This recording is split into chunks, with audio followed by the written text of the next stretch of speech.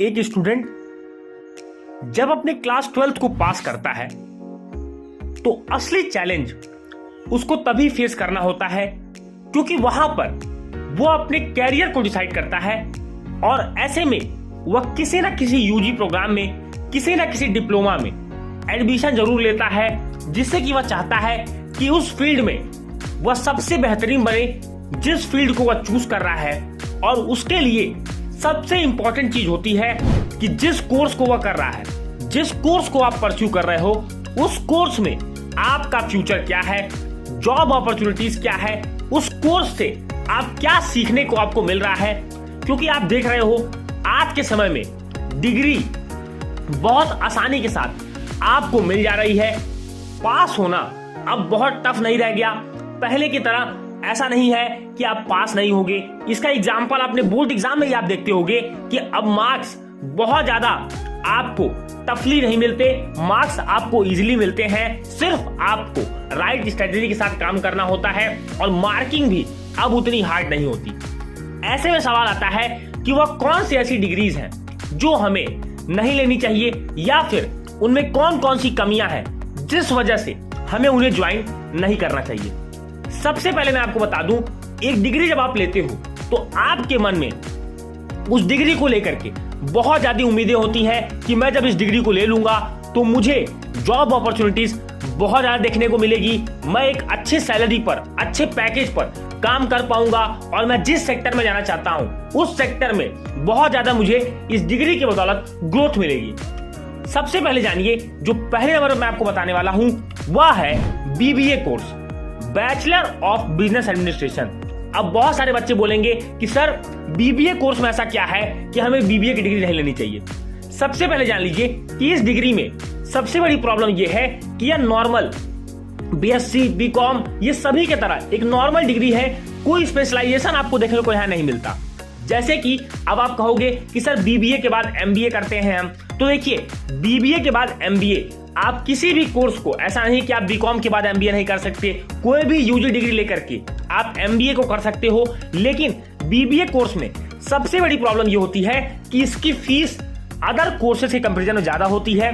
साथ ही साथ इसका सिलेबस जो कई सालों से चला आ रहा है वह सिलेबस अपडेट नहीं किया गया और न्यू करिकुलम के हिसाब से जो मार्केट के रिक्वायरमेंट्स है, बिजनेस एडमिनिस्ट्रेशन की रिक्वायरमेंट है, वह इसमें अपडेट नहीं किया जा रहा। और पुरानी चीजें पढ़ करके जब आप मार्केटिंग में जाओगे, जब आप जॉब में जाओगे तो चीजों को आप समझ नहीं पाओगे क्योंकि अब ट्रेंड बदल रहा है, कंपनीज की रिक्वायरमेंट बदल रही है, वह ज्यादा से ज्यादा स्किल्ड वाले पीपल को अपॉइंट करती हैं। तो इसलिए इस कोर्स में जो अपडेशन नहीं हो रहा सिलेबस का और साथ ही साथ इसकी हाई फीस, और अगर आप एक नॉर्मल कॉलेज से बीबीए करते हो तो बहुत ज्यादा अच्छा कैरियर आपके सामने नहीं रहेगा। ये बात अलग है कि आपने बीबीए करने के बाद खुद को डेवलप किया, खुद के अंदर स्किल्स लाए, तब आपको एक अच्छी खासी सैलरी देखने को मिलेगी।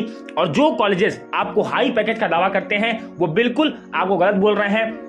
जब आप अपनी डिग्री को ले लोगे तो आप एक छोटी मोटी कंपनी में, किसी भी कंपनी में बहुत ही कम सैलरी में आपकी जॉब लगेगी। तो इस कोर्स को करने से पहले आप 2 बार जरूर सोचें और किस तरह से आपको यह कोर्स अगर करना है तो कौन से ऐसे अच्छे कॉलेजेस हैं जहां पर आपको एक्सपोजर, स्किल्ड, सारी चीजें आपको यहां पर बिजनेस एडमिनिस्ट्रेशन की बारीकियां समझाई जाएंगी, उस कॉलेज से करने का प्रयास करें।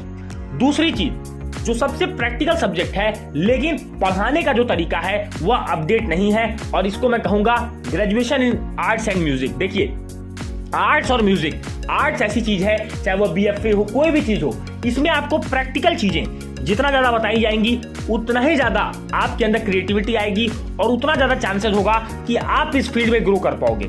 लेकिन आप किसी भी कॉलेज के सिलेबस को, करिकुलम को उठा के देखोगे तो आपको आर्ट्स एंड म्यूजिक में सिर्फ थ्योरी पढ़ाई जाएगी, उसका इतिहास बताया जाएगा, इसका क्या स्कोप है, कहां पर आपको चीजें यूज करनी है, कैसे आप स्किल्ड वर्कर बनोगे, यानी कहने कैसे किस फील्ड में आप स्किल्ड बनोगे, नए नए चैलेंजेस को आप फेस करोगे, क्या क्या नई चीजें, क्रिएटिव चीजें आप कर पाओगे।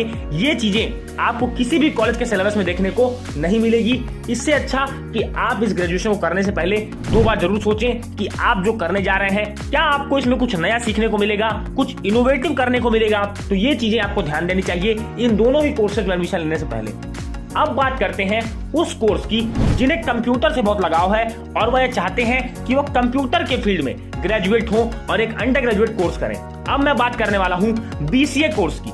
देखिए, बीसीए कोर्स की मैं बात करूं तो सबसे ज्यादा पहली बात यह है कि आपको सिलेबस का अपडेशन यहां पर देखने को नहीं मिलता। पुरानी ही चीजें आपको पढ़ाई जा रही हैं। जो भी चीजें ऐसी हैं जिनका अब कहीं ना कहीं यूज नहीं रह गया, जो सॉफ्टवेयर, जो ऑपरेटिंग सिस्टम्स अब काम नहीं करते, उनके बारे में आपको स्टडी कराई जा रही है। लेकिन जो नए चैलेंजेस आपके सामने आ रहे हैं, नई नई प्रॉब्लम्स आपके सामने आ रही हैं, जो कंप्यूटर एप्लीकेशंस में नए नए इनोवेशंस हो रहे हैं, नई नई रिसर्चेस हो रही हैं, उन पर आपको स्टडी नहीं कराई जाती, जिससे कि आप मार्केट ओरिएंटेड नहीं बन पाते और जॉब फील्ड में जब आप आते हो तो आपको एक अच्छी खासी जॉब यहां पर देखने को नहीं मिलती। साथ ही साथ फीस की बात करें तो नॉर्मल अंडर ग्रेजुएट कोर्सेज से बीसीए की फीस बहुत ज्यादा देखने को आपको मिलती है। इसलिए आपको इनसे थोड़ा सा सोचना चाहिए कि बार जब बीसीए कर रहे हैं तो किस तरह से कौन कौन सी बातों का आपको ध्यान रखना चाहिए, कैसे यूनिवर्सिटीज में आप एडमिशन लें जिससे कि आप कुछ नया सीख पाएं, कुछ नया कर पाएं। जब आप जॉब अपॉर्चुनिटीज के लिए जाएं, जब आप जॉब इंटरव्यू में जाएं तो आपके पास इतनी स्किल्ड होनी चाहिए इस कोर्स को करने के बाद कि आप नए नए चैलेंजेस को आप कहीं ना कहीं ओवरकम कर पाएं। और पुराने ट्रेंड से अगर आप पढ़ेंगे तो आपको जॉब बहुत अच्छी मिलने वाली नहीं है। जिस उम्मीद से आप इस डिग्री में एडमिशन लोगे उस उम्मीद को आप पूरा नहीं कर पाओगे। अब बात करते हैं one of the most popular course in India के बारे में। दोस्तों, ये एक ऐसा कोर्स है जिसका डिजाइन इसीलिए किया गया था कि आपके अंदर इनोवेशन, स्किल, एंटरप्रेन्योरशिप, एक नया माइंडसेट आपके अंदर आए और आप एक जॉब क्रिएटर बनो। और इस कोर्स का नाम है बीटेक, बैचलर ऑफ टेक्नोलॉजी। देखिए, बीटेक ऐसा कोर्स है जो हर साल हमारे देश में 10 से 12 लाख इंजीनियर आते हैं। लेकिन इसमें से जो बहुत अच्छे इंजीनियर्स होते हैं, जो आईआईटीज, एनआईटीज, बहुत अच्छे अच्छे इंस्टीट्यूट से निकल के आते हैं, वो इंजीनियर्स बहुत ज्यादा कम होते हैं। इसीलिए आप देखते हो कि बहुत सारे इंजीनियर्स जो प्राइवेट कॉलेजेस से, छोटे मोटे कॉलेज से इंजीनियरिंग कर लेते हैं, ऐसे कॉलेजेस जो सिर्फ डिग्री दे देते हैं, नॉलेज कुछ भी नहीं देते, स्किल्ड कुछ भी नहीं सिखाते, उनके इंजीनियर्स कहीं ना कहीं जॉबलेस रहते हैं। और जितना पैसा वह इन्वेस्ट करते हैं इंजीनियरिंग जैसी अच्छी डिग्री को लेने में, वो उनका पैसा बेकार हो जाता है, क्योंकि उन्हें वैसी जॉब नहीं मिलती जैसी वो इंजीनियरिंग करने से पहले सोचते हैं। इसीलिए अगर आपका एडमिशन आईआईटीज, एनआईटीज और एक बढ़िया रेपुटेड कॉलेज में ना हो तो आप इंजीनियरिंग करने से बचें, क्योंकि जब आप 4 साल का अपना समय देंगे वो आपका प्रीशियस टाइम है, वैल्यूएबल टाइम है। अगर उस टाइम का यूटिलाइजेशन आपकी सैलरी में, आपके पैकेज में आपको देखने को नहीं मिलता तो आपको इस कोर्स को करने से बचना चाहिए। या फिर अगर आप इंजीनियर बनना चाहते हो, अगर आपको इंजीनियरिंग फील्ड में अपना कैरियर बनाना है तो निश्चित रूप से बहुत मेहनत करें ताकि आपका selection IITs, NITs, triple ITs में हो, जिससे कि आप एक गवर्नमेंट कॉलेज में कम से कम फीस में एक अच्छे कॉलेज से आप इंजीनियरिंग करें। साथ ही साथ आपको जो जॉब लगे वो ऐसी जॉब लगे जिसको करने में आपको भी अच्छा लगे, आप भी इंजॉय कर पाओ और आपका पैकेज ही ऐसा हो कि कहीं ना कहीं आपको एक मोटिवेशन प्रोवाइड करे और आपकी इंजीनियरिंग डिग्री को एक सर्टिफाइड करे कि आप एक स्किल्ड वर्कर हो, आपने बहुत स्किल के साथ, बहुत नॉलेज के साथ इंजीनियरिंग को परस्यू किया है, जिससे कि आज आप एक बहुत ही सक्सेसफुल इंसान हो। अब बात करते हैं one of the most popular degrees के बारे में, मास्टर्स करना कहीं ना कहीं बहुत सारे बच्चे करते हैं, चाहे वो एमए हो, एमएससी हो, एमकॉम हो। ये ऐसी डिग्रीज हैं जिनकी वैल्यू पहले बहुत ज्यादा होती थी, लेकिन रिसेंटली अब आप देखोगे तो जनरली मास्टर्स करने का फायदा ये होता है कि हम चाहते हैं कि हम टीचर बने। लेकिन आप अंडर ग्रेजुएट करने के बाद भी अगर आप एक प्राइमरी स्कूल में भी टीचर बनना चाहते हो, आप जिसमें भी टीचर बनना चाहते हो, आपके लिए बीएड का course, DElEd course, BTC course, ये सारे कोर्सेज कंपलसरी हैं।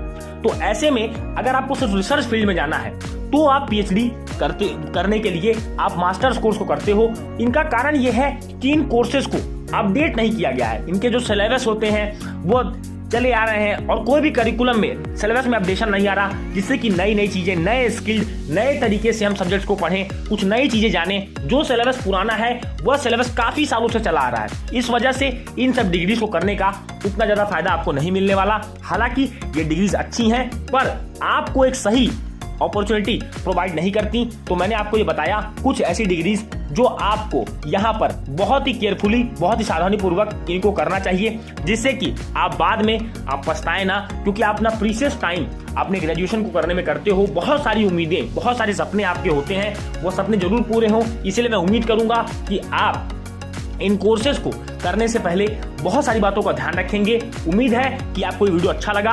अगर आपको वीडियो अच्छा लगा है तो वीडियो को लाइक करें, चैनल पर पहली बार आ रहे हैं तो चैनल को सब्सक्राइब कर दें, नोटिफिकेशन बेल को टैप करिए। मिलेंगे अपने अगले वीडियो में, तब तक के लिए जय हिंद, वंदे मातरम।